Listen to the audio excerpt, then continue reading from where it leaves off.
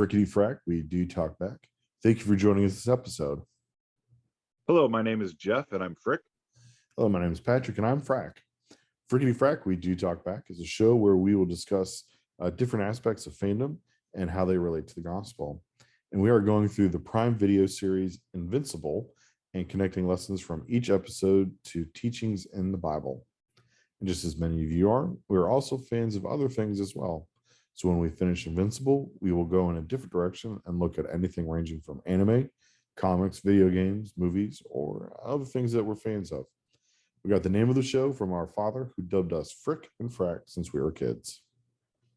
All right, and the title of the 5th episode is That Actually Hurt.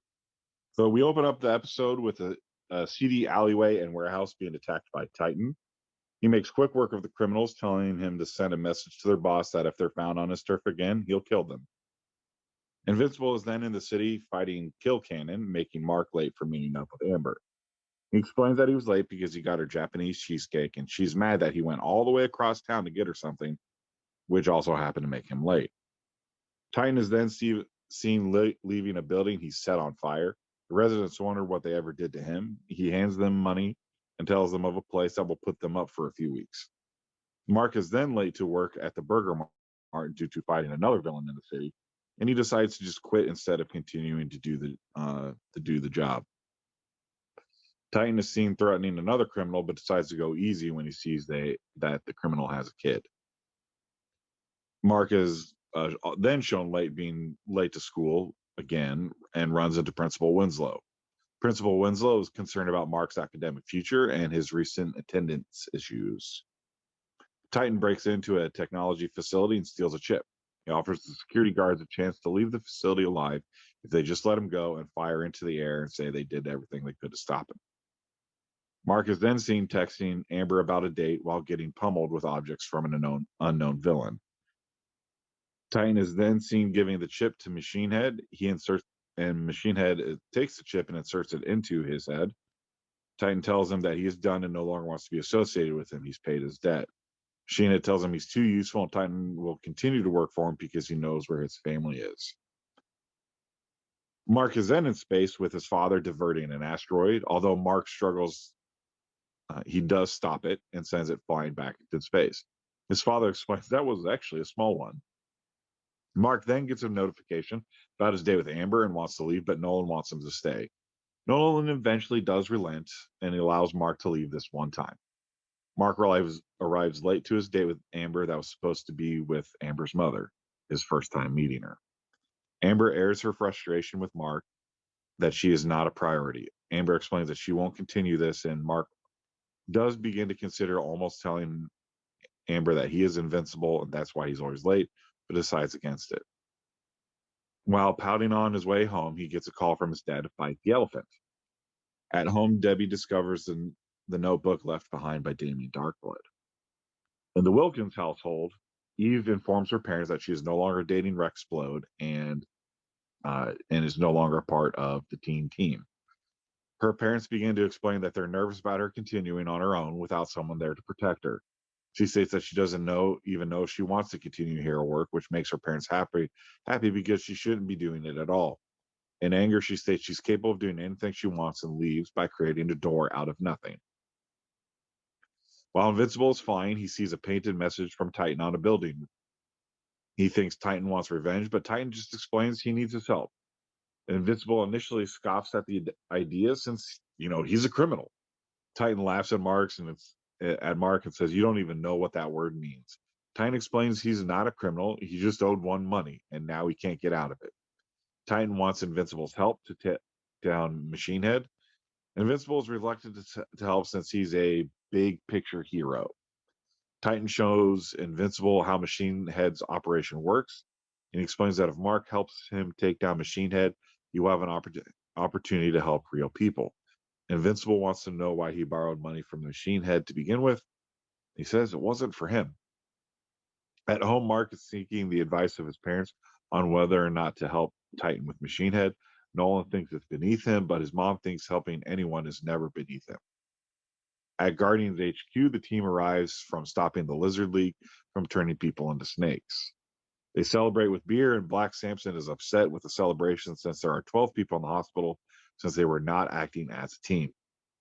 Debbie and Nolan continue to argue on whether or not Mark should help Machine Head. Nolan doesn't think Debbie gets gets what he and Mark goes through, but she reminds him that she's the one that taught him how to be a hero on Earth in the first place. Amber tells Eve that Mark is helping her at a community center that she claims as a second home.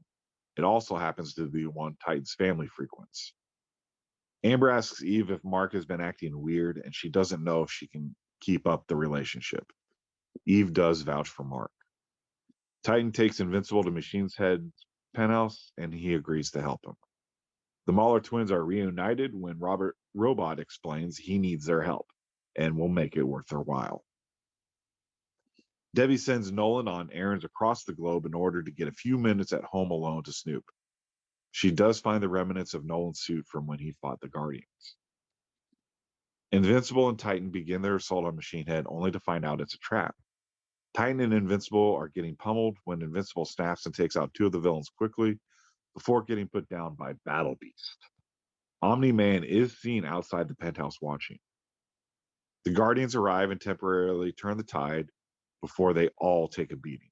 When Invincible, Black Samson, and Monster Girl all take extraordinary beatings to the brink of death, the Guardians rally and take out all the villains except Battle Beast, who finds the fight beneath him and leaves.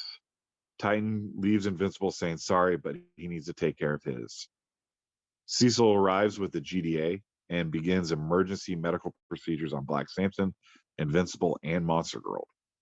In treating the scene, Cecil has Donald grab some of Mark's blood, as well as the advanced microchip Machine Head has. Titan shows up after everyone's left, being revealed to have orchestrated the event in order to take over for Machine Head. It is revealed that the scientists for the GDA are testing different methods of attack against Viltrumite blood, Mark's blood. So this episode, we have one of the biggest reveals or first appearances for Invincible fans because of a big fan favorite of Battle Beast, who was played by Michael Dorn, who also played Worf on Star Trek: The Next Generation and also Star Trek: Deep Space Nine, among a plethora of movies. Has he shown up in Picard? He doesn't show up. He doesn't show up in the first season. I haven't watched the second season yet. Okay, I haven't watched any of it. And then this is also the first appearance of Machine Head, who's played by Jeffrey Donovan, who Jeff and I love on the TV show Burn Notice, where he played Michael Weston, the lead character.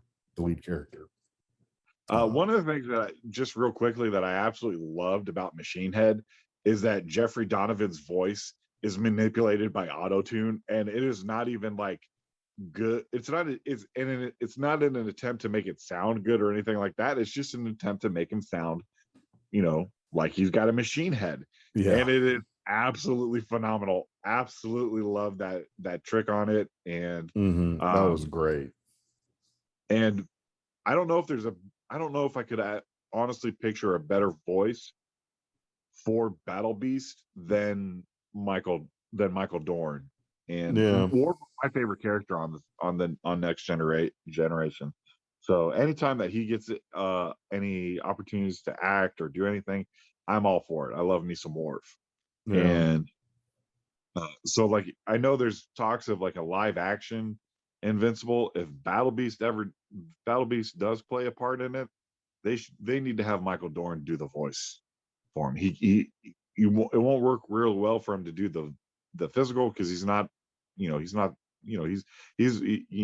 over 60, I'm sure by now. Yeah, easily, I bet. But his voice is perfect for Battle Beast. Battle Beast just needs to be a CGI person. Oh yeah. Well, there's going to be heavy CGI makeup and effects and that sort of stuff for Battle Beast. And does eventually show up with Machine Head.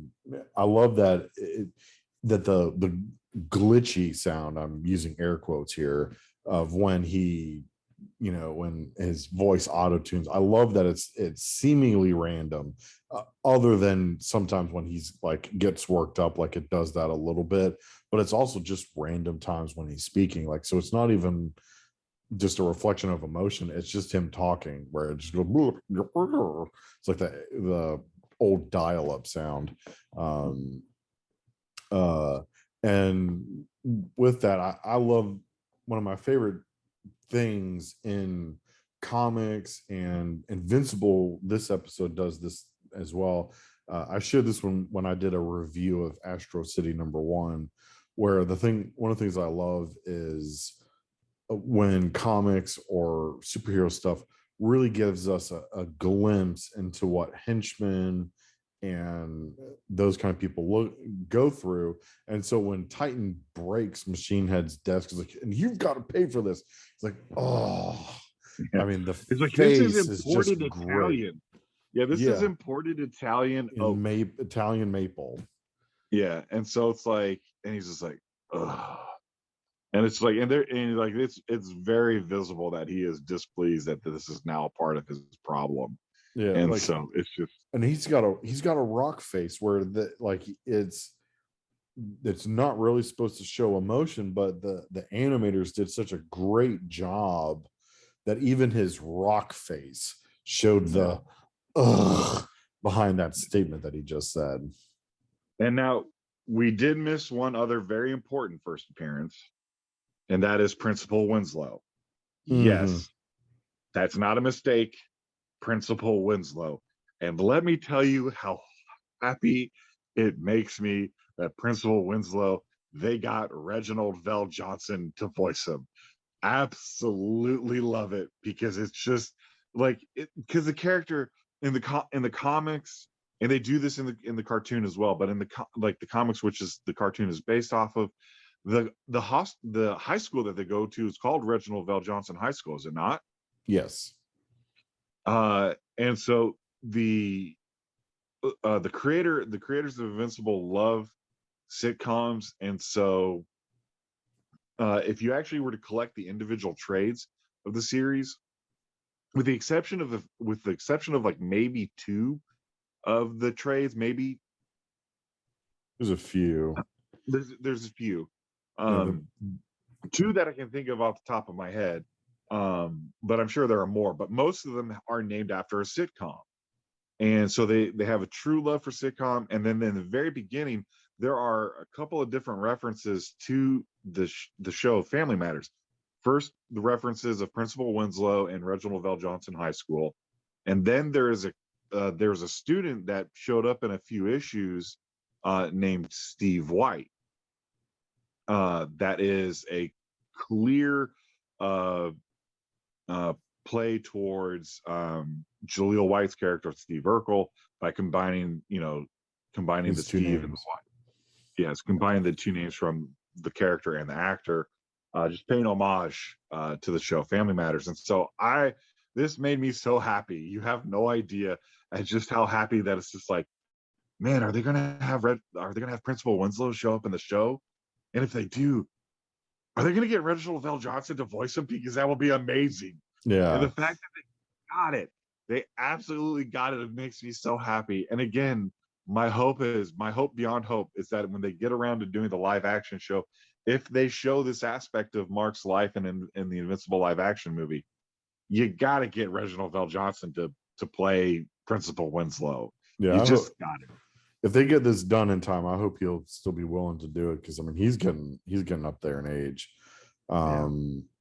But it's funny that with Principal Winslow, he played a much bigger role in the beginning. Yeah. He's actually the one who helped Mark come up with his name as a hero, and so that's one of those fun things and so I know they had to minimize his role because they just didn't have that much time, Right. with just the 8 episodes of this first season.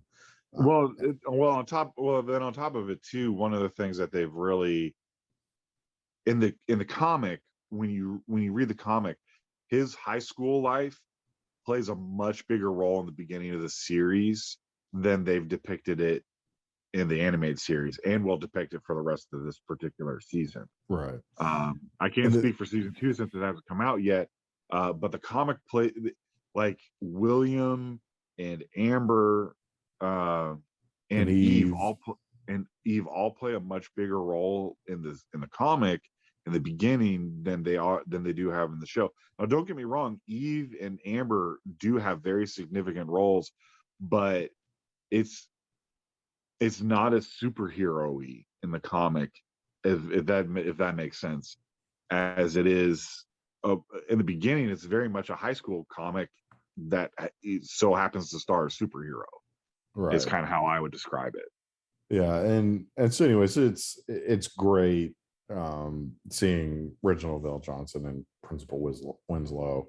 But that's speaking of that, like this is kind of the episode where they really deal with the high school part of it. I mean, they do it a little bit more in the coming episodes as well, but this is the big one where Mark's having this trouble of balancing being a hero and being in high school, because they've still got, we do apologize for quote unquote spoilers, but this show has been out for like almost a year now. But we still got the college trip, and then we've got the big twist that we won't announce just yet. But so this is kind of like the wrap up and conclusion to his high school life, at least for this season. In a really meaningful way. And I get it. Like it makes sense. Like like if you really want to get people hooked on the show, they can't really, you want to get the superhero stuff, and so and I get it. And so they're doing like I said, like we've been saying in each episode, in each of our episodes, they're doing a lot of stuff. It's not that the stuff that they're doing is out of canon, as much as it is just out of order. Right. From the comic, because I think this takes place a little bit later in the season, but I may be remembering wrong. But you're right. Like this is their episode to really show that like Mark has, like you're saying, like Mark is really struggling with finding the balance in his life as a superhero. Like how does he get schoolwork done? Does he want to go to college? This is the first time that he's brought this up. That he's even considering not going to college, which I like this. Like they actually pull this from, because I don't really remember the comic ever being like when he was in high school him not wanting to go to college. Now in the comic when he gets to college he's kind of like, yeah, I just really don't have time for this, right? And so he never finishes college as far as I'm aware. I don't think he does. And he goes on to quote unquote bigger and better things. But yeah, so this is the first time they brought this up, and I liked it because it kind of reminds me of Spider-Man Homecoming a little bit, where when Peter is he's dealing with the same thing, struggling finding the balance between social life, school, and superhero work, and he's just like, he's like, even though he's this 15-year-old kid, he's just like, I'm practically an Avenger. I'm not even gonna, like, why am I even gonna stick around in high school? Like, as soon as Tony moves all of the Avengers upstate to that facility, I'm going with him. Although shock, nope, you're not. Or that wasn't in the plan. But anyways, so yeah, so I really like this aspect of it, like where we get a little bit more of what's going on with Mark in high school, because like I said, it is something that is actually a very big part of the original of the comic. Is like they dealt with high school stuff a lot more, and also on top of it too, his life at Burger Mart. Like there was a lot of stuff they did at Burger Mart. Well, I don't know about a lot, but they had. No, he quits pretty early on. I feel like from Burger Mart. He doesn't work there for very long, but then they keep going back to that Burger Mart, and but yeah, I don't think he works there. He actually, in the grand scheme of things in this show, I think he actually lasted longer in the show at Burger Mart than he did here. in the comics. You know, and I think you're right. I don't think he lasted very long. And I do Yeah. remember the comic that his dad was very happy that he quit his job because it gave him more time to focus on his training. So Right. And so, speaking of the drama and everything, one of the best parts about this is the relationship humor. You know, Jeff is, as Jeff pointed out in the beginning part of the synopsis. He's like, I know I'm late, but but you won't be mad because I got you that Japanese cheesecake that you really like. And she points out the flaw in the thing. He's like, I would just be happy if you would have showed up on time without the cheesecake. But he's not really late because of the cheesecake, but in her mind, she's like, you're late because you went to go get me cheesecake when you didn't have to. And so it's always one of those funny things in high school dramas and things like that, where romance and stuff like that, where you always um the guy or the girl does something bad, but it's like, but I knew you'd be mad that I did this, but here's cheesecake. And which, I'm not gonna lie, cheesecake will usually make me happy. Make me feel better. yeah, Or some kind of dessert along that way. yeah. um I'd rather have, if you're going to be late, show up with a steak. or But yeah. that's just me. Um, but I 100% love that when he's texting Amber, he's texting and he's getting these random objects thrown at him by a supervillain. It doesn't even phase him. He just sits there texting, and then he finally sends the last one, and he gets hit by something like the heaviest object that they finally throw at him, and you can tell it's just like he's genuinely annoyed now. It's like, could you not see I'm trying to have a conversation here? Yeah. How, it's just like I love this aspect about when, as they bring superhero stuff into more modern times, when they're like, I'll beat you up in a minute. Can you just let me finish my text conversation with my girlfriend? Really? And so, and Right. I just love it. I absolutely love that scene. That might be my favorite scene in the entire episode. It's Um, definitely it's really great. no, I take it back. I have one other scene. There is one scene that I absolutely actually love more than that scene, but it's for different reasons. This one, that's a comedy reason. My favorite scene is actually when Mark is just flying in the sky, and it's right before he sees the message from Titan, and he goes and he sees the airline plane, and he goes down right by it, and he's just like, and he waves at the kid, and you just see that this is like a pure joy moment for him, that's Hmm. just like him getting to just fly. And you just think about, like, I know for me, like, I get asked this a lot because of how nerdy my brother and I are, and we love superheroes and that sort of stuff.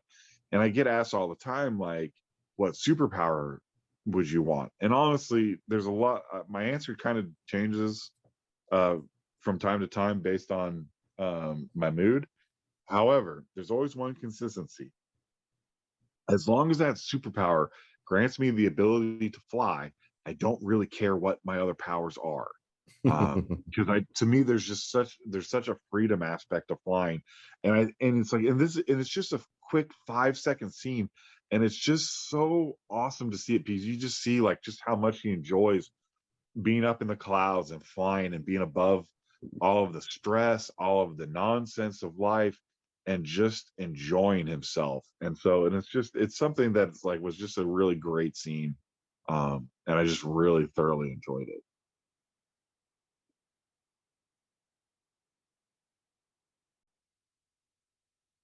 And I will say, one of the things too that I really enjoyed was be, the elephant showed up, and he's a villain that shows up from time to time. Again, Mark has these random villains that are, not that big a deal.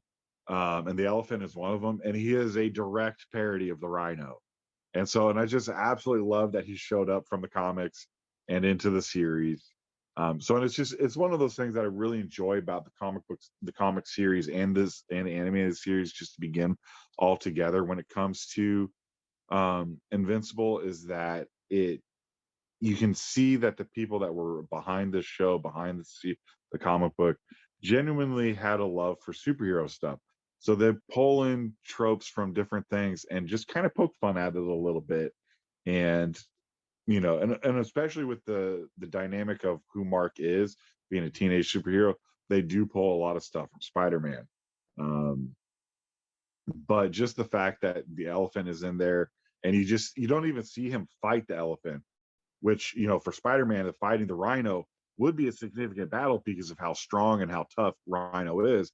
But you just see, you just know that Mark's going to go fight the Rhino, and then as he's flying in the sky past Titan, you just see him carrying the elephant by his nose, by his snout. And so it's just these like fun little quirky moments that are just absolutely so much fun, um that we have. And again, another fun scene. And then again, this is actually something straight out of the comics. Yeah, Mark and carrying Titan, Mark carrying Titan around. And which is something so great that they bring this up. That it's just like you don't ever think about superheroes that are flying people around and how they carry them and how comfortable it is. Now they don't do all of it from the comic, because they do show him carry Titan a couple of different ways in the comic. So the first way they carry him is from underneath the armpit, mhm. and and Titan is like, wow, this is really not comfortable. And he's just like, well, I mean, there's really only one other way I can carry you. And so then he starts cradling him like a baby, and which is the only aspect that they show in the TV series. But it's just like it's this like great moment in the comics, and I'm so happy that it made its way into the TV series, because again, it is just such a great moment that it's just absolutely ridiculous.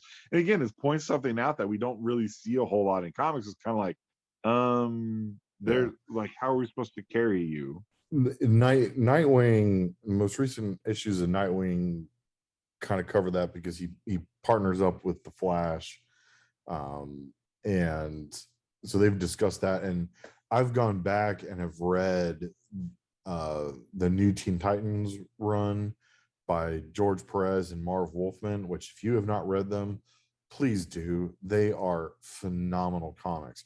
But one of the most funny things after having read all these comics and seen all this stuff where people finally started pointing out how uncomfortable and awkward it is to see super speed people or people who are flying carrying the non-powered people. I kid you not, Starfire is cradling Robin in almost every single issue that they're in together, and they're traveling and Robin's sitting cradle, so he's sideways, he's perpendicular to Starfire, but also pointing and giving commands to everyone on the Titans, telling them what to do while looking absolutely ridiculous. Well, and it doesn't help that he's still at this time still wearing the speedo look for Robin. Yeah. But Well, yeah, so actually, they actually bring this up in an issue that just came out not too long ago, in World's Finest #2, being done by Mark Waid. And Supergirl and Robin team up to go do something, while Batman and Superman go to team up to do something. And Supergirl is she's doing the shoulder fly. And he kind of points out, so and again, it's like I actually, in all honesty, when I saw that scene, I instantly thought of Invincible. mhm. And so I don't know if that was Mark Waid homaging the Invincible series or not. But yeah, I really got a kick out of that. Yeah. And so one of the things that, like, we've kind of touched on this on the different things. So the plane scene is kind of it's a callback to the first episode when he flies for the first time and he almost takes out a plane because he's like, oh my gosh, what am I doing? And but then also he's struggled fighting, and now he takes on the elephant and is dragging him by the trunk. And so one of the things that I've appreciated about this is that really kind of up until this episode, we haven't really seen Mark do well.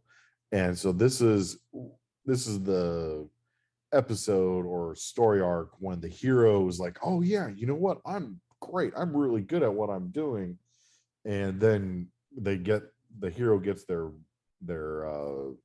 butt kicked, and they realize that they still got a long ways to go. It reminds me of the Ninja Turtle cartoon show from 2012. There's a time when they're beating, like, they beat all of Shredder's henchmen so soundly that they feel invincible. Then Splinter's like, no, and is the wise master and tells them, they're like, no, you guys still need training and to work hard. And because they don't listen to Splinter, they end up having a really major defeat for them.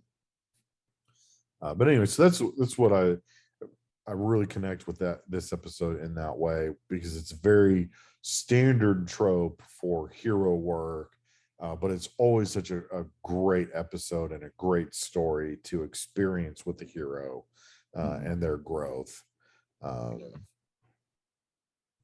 So and so the last thing that I kind of want to bring up before we get into the biblical aspect of the episode is actually what happens in the Wilkins household. This scene, I'd actually kind of forgotten about this scene from the first time I watched it and then rewatching it.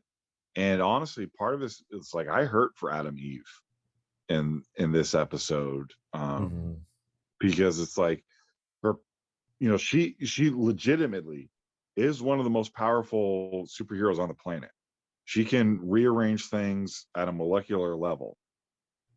So there's not a whole lot she can't do in terms of power. And so the fact that her parents belittle her and think so little of her, because I don't care how you want to put it, they think little enough of her as a hero that she has to have a big, strong man, Rexplode, there around to help her stay safe. Which, in fact, she's more powerful than Rexplode. Yeah. And I'm sure she actually kept him alive more than he ever did. And then on top of it too, like the whole, it's like, forgive them, guys make mistakes. No, it's just like, again, the discussion can be a little different when it comes to cheating on when you're married. That's a discussion for another day. But when you're dating somebody and they cheat on you, why on earth would you stick around with them? That doesn't make any sense to me. Like, I know, it's just like in my days in ministry, and especially dealing with like campus ministry and people, it's just like, can't tell you how many people I've talked to. It's just like, oh yeah, they cheated on me about multiple times, but I keep taking them back because that's what Jesus would do. It's like, no, it's just like, yes, you forgive them, but don't continue to be paired with them. There's also talks about being being yoked with somebody even to you. And so, like, if they can't stay in a relationship without cheating on you, why would you keep yourself there? Why would you stay yoked to them? And so it's just like, I was like, I really felt for her on that. It's like, it's like, oh, you got to forgive them. All guys make mistakes. First of all, no, they don't. Some of us don't do that. When we're committed, it's like some of us, like when we're dating you and we're committed to you, I don't care about any other women. Like you're the only woman that I care about in that way, in that capacity. So anyways, and then, to say there's just an 18-year-old girl, so it's like, so it's like, again, she's an adult, and on top of it too, she's incredibly powerful. It's like the fact that it's like her just making the decisions, like, you know what, I'm not even sure I really want to be a hero anymore. It's like, oh, good, you shouldn't have even been doing it in the first place. She's got powers, and she's one of the most powerful beings on the planet. And so it's like, so why wouldn't she want to do something where she could help people? And if she thought superhero work was where she should do it, then she go on do it. They're going to start touching on, I would imagine they're going to be touching on a little bit in the next season, some of the stuff that Eve decides to do with her powers. But anyways, so spoilers there, but I do absolutely love that she's just so ticked off at her parents that she turns a part of the outside wall of their home into a door, so she just go out and leave. And then the dad yells at her, and it's like, you better not leave a door there. And then the door slams in his face. Absolutely love it. Absolutely love that scene. and it's a good scene too. And I'm a parent, and um, like their desire for her to be on a team, I totally get that. Like I like Oh yeah, it's and I like, oh, get that you too. got a team around her to watch her back. That's great. But I agree with you. I've got 3 daughters, and do I want them to get married and happily married and everything? Absolutely. But I also want them to know that they're not. Well, if that's what they want, Yeah. um but anyway, so I'm just kind of like, the relationship with the Wilkins parents is always interesting, to Mhm. say the least. Yeah, and we And don't even know, all of it yet. Like right. that'll come with time. Yeah. There's some stuff that's going to be revealed. Uh, Yeah, if they'll get around to it, because I mean it's way down the road and stuff. But like the one of yeah, the that's true. last conversations with the Wilkins parents, I one of my favorite parts about it is that Eve was like, did not expect for it to turn out that way. And Yeah. it's such a positive and great way. Like anyway, so we won't get into that just yet, because it's a big spoiler. Well, not like big spoilers, but she ends up having a really great closure with both of her parents, um, at one point in the comic series, and it's really good. So, so in this episode, uh, our biblical theme comes from James chapter 1, verse 27. And this is what it says: religion that is pure and undefiled before God the Father is this, to visit orphans and widows in their affliction, and to keep oneself unstained from the world. So, the reason why this Bible verse was chosen was because, Invincible, he gets this really big lesson on dealing with the difference between big picture heroics and street crime. And this is one of those things that I love, the dynamic in that when uh, Marvel or DC Comics does this, because it's such an interesting time. So, for example, there's one time in Spider-Man comics where Spider-Man and the Human Torch go to Wilson Fisk's office or something like that. I can't really remember what. And so, but Wilson Fisk has all of these like expensive paintings, and Johnny Storm's like all backing up his bro and everything. He's like, you need to back off, Spider-Man, blah, blah, blah. And he's like, you don't deal with cosmic level heroes very much, do you? And he's like, no, I do not. He's like, well, because of my cosmic level power, I could just torch everything in this building. And he was like, yes. And then I will sue you for millions of dollars to replace all of my paintings, because you have come and harassed me and come into my place and done this. And Johnny Storm's kind of like, oh, okay, because not unfortunately, but being a hero, he's not just gonna like set him on fire, and kill him, because that would be the easy thing to do. But anywho, so the Invincible kind of gets this first lesson in that, like, Omni-Man is trying to teach him, is like, you're a big picture hero. You don't worry about this stuff. You save countries at a time. Like, when you stop someone, you're saving lots and lots of people all at once. You don't do this one-on-one kind of thing, that street which crime is which is stuff. kind of which is kind of ironic he brings that up, because it was, with the exception of that asteroid that he saved the country, his only other thing that they've really showed since then that was like honestly kind of big picture thing was the alien invasion. Yeah.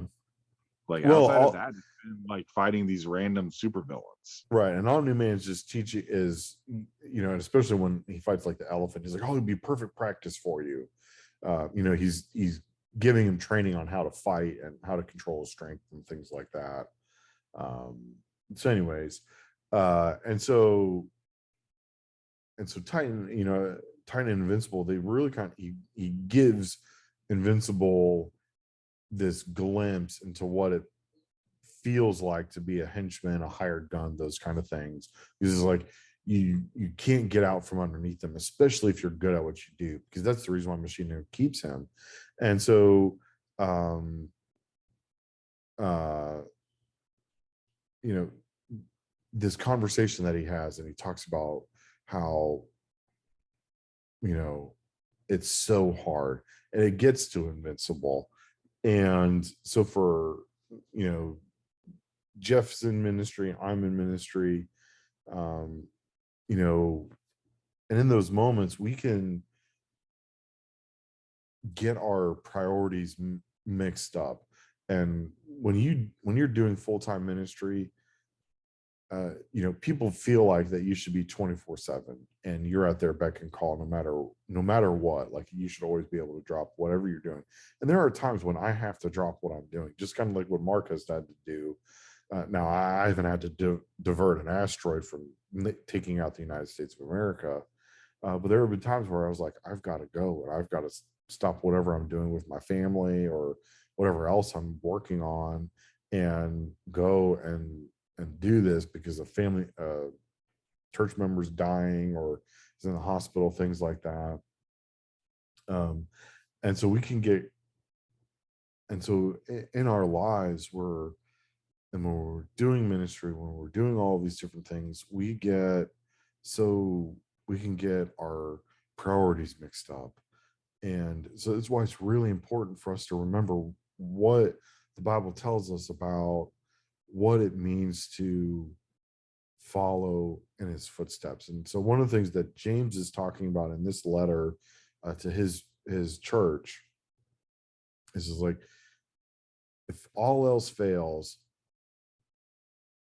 visit orphans, visit widows, take care of them, and keep oneself unstained from the world. At the nut and bolts, if you're doing those things, you're doing well. And now, does that mean that's the only thing you're supposed to do? No, but that was an emphasis for James and his leadership style, and for his church, was to take care of orphans, take care of widows, and to make sure that you're not stained by the world. And so for Mark, as a fledgling hero, you know, he needs to figure out his balance in his life, and, you know, schooling, but also save the world, those kind of things.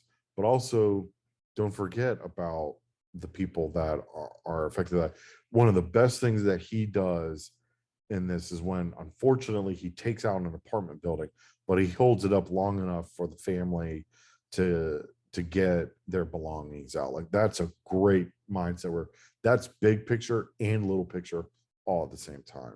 And I just love that. And so that's something that for us as followers of Christ to do, is make sure we're seeing the big picture and little picture at the same time. I know for me, one of the things that's really important is uh, is balance. And so one of the things that I would get into, uh, I would have some issues with when it comes to ministry, is so often, ministries, especially campus ministries, were so focused on trying to keep kids in the church that they were actually pushing them out, because they were so focused on trying to keep them there, keep them happy, keep them satisfied, that when other things came around, and like maybe something didn't go right their way, bad stuff happened in their life, and they would blame the church. And so when you focus so much on just keeping the same people that you already have there, instead of trying to grow the ministry, try and grow the kingdom, um, it it depletes it depletes your resources. Because first of all, that's why churches die, is because the same people are there every single Sunday, and nobody new is showing up, and they're hearing the same messages over and over again. Um, and so instead of doing that, and then on top of it, if there is, like, the best way to actually keep them going to church is to keep them engaged in the mission. and keep them active and reaching out. You want to keep them safe, make them dangerous, make them somebody that uh, that Satan fears. Not be like, I'm not going to bother with them because if I rock the boat, it's one of the things that I love a lot about the Screw Tape letters in the very beginning. It's just like, you know, in Screw Tape's communications, they talk about it's like, no, don't rock the boat with him. Don't give him an infliction. Don't kill him. Don't kill somebody close to him or anything like that. Leave him be for right now, because if we do anything too drastic, he'll actually catch on fire for God. We don't want that. We want him complacent. So the easiest way to fight complacency in the church, or to fight uh, the fact that you're not getting anywhere with the ministry, like if the ministry's not growing, is to like, well, who are you focusing on? If you're so focused on the people that you already have and not in equipping them, growing them, discipling them to become better, to look out for ways for them to go and serve the community, you're not doing anything with them. You're not making them actual followers of Christ. You're making them followers of you. So, and which, by the way, none of us is really worthy of being followed. If you genuinely believe what the Bible says, we're not worthy of being followed. The only thing about me worthy of being followed is because I follow Christ. And so my job, my goal is to be as like Christ as possible. Mm-hmm. And so, and yes, that means looking out for people that a whole lot of people get uncomfortable around, whether it's the homeless or orphans or widows, older people. Those are things that make people uncomfortable. But those are people that God loves and are often neglected by society. And so it's our job to find the people that society rejects and look out for them, love them, show them that Christ died for them, to show them that God loves them and wants to be in a loving relationship with them through Christ. And if we do that, if we focus on that, we're living up to this James 1 philosophy, and that of being a pure and having a religion that is pure and undefiled before God. And so that's the way to do it. It's not rocket science like it sometimes gets turned into. Now, how to best reach out to people. Now, yeah, there is some science to that changes, and that changes with the times. But the core sentiment should not change. It's the fact that, like, okay, we need to be reaching out to people. You need to disciple, and you need to be discipled. Everybody needs that. Everybody needs that in their life. And so you want to have that undefiled, that pure religion. That's how you do it. And so it's just something that's really important, that I think is important for us to understand. And I think one of the things that's really great about this particular episode is that, yeah, Mark has been so focused on big picture stuff, like, and it's very, it's very important. Like, it's great that they showed it in this episode, that what brought him back down was the fact that he was flying up in the clouds. He was, waving to the little kid on an airplane, and then he sees his name written on a building beneath him. And the fact that he doesn't even really understand what it's like to be a criminal. It's like, it's hard to break that cycle. And so, and again, it's the same thing with ministry. It's really hard to break the cycle of just looking out for your own. And don't get me wrong, don't misinterpret this. I do think it's very important to look out for the people in your ministry. However, the best way to do that is to equip them to go out into it. Because believe it or not, they're going to experience the world whether you want them to or not. They're going to be exposed to things that you don't like, that you don't agree with, and that you believe in. Now it's up to us to equip them to be able to handle it. And unfortunately, Mark was not 100% ready or equipped to handle this situation that he's put into, that turned very, very ugly for him in this episode. Yep. So, Freck, how would you rate this episode? I'm going to give it a perfect 5. There's, watching it and having watched it for the second time now, there's nothing really wrong with this episode. There's great character moments. They're setting seeds for future events. I mean, one of the things I forgot to mention that I loved was Debbie being a super sleuth. Mm. And doing a great job. Like, she outsmarted Omni-Man, and Well, see, one of the things that I even liked about that scene is that just before she gives, like, there's a moment where she was thinking about giving up because she was like, "This is my husband. I love him, mhm. and so why am I being so paranoid? Why am I so concerned? I love him. I trust him." But then it's just like that little nagging in the back of her head is pulling at her, and it's just like, yeah, Right. that was a great scene. Yeah. So anyway, so I mean, the action's great. Battle Beast was awesome. Uh, Machine Head was great. There's nothing wrong with this episode. It is a perfect 5. Well, I hate you because I want to give it a 5 too. For pretty much the exact same stuff. Like everything about this episode, I honestly, I'm trying to think. Just because you said there's nothing wrong with this episode, there's nothing to change. I'm now racking my brain to try and think of anything that I would change from this. Um, and I just can't. I really can't think of anything because I really enjoyed some of the commentary that they did with this episode, with dealing with stuff that they didn't necessarily deal with at this early in the comic, with in which, in all honesty, one of the things that I do encourage people to go and read Invincible is that they do make commentary on stuff, but it's not ever like over the head bashing you and that sort of stuff. um, and that's one of the things that I really liked about this episode is that the the more powerful hero is the female of the relationship between Rexplode and Adam Eve. And they bring a point out, it's like she's more powerful than he is. They didn't state that, but it's obvious. It's she's more powerful than him. And you're more concerned about her safety. And it's like, which no, don't get me wrong. Parents, be concerned about the safety of your children. Doesn't matter how old they are. Be concerned for their safety. However, but the fact that you degrade her by saying, "Oh, you need this big, strong man to take care of you." Boo, boo on you, Wilkins parents.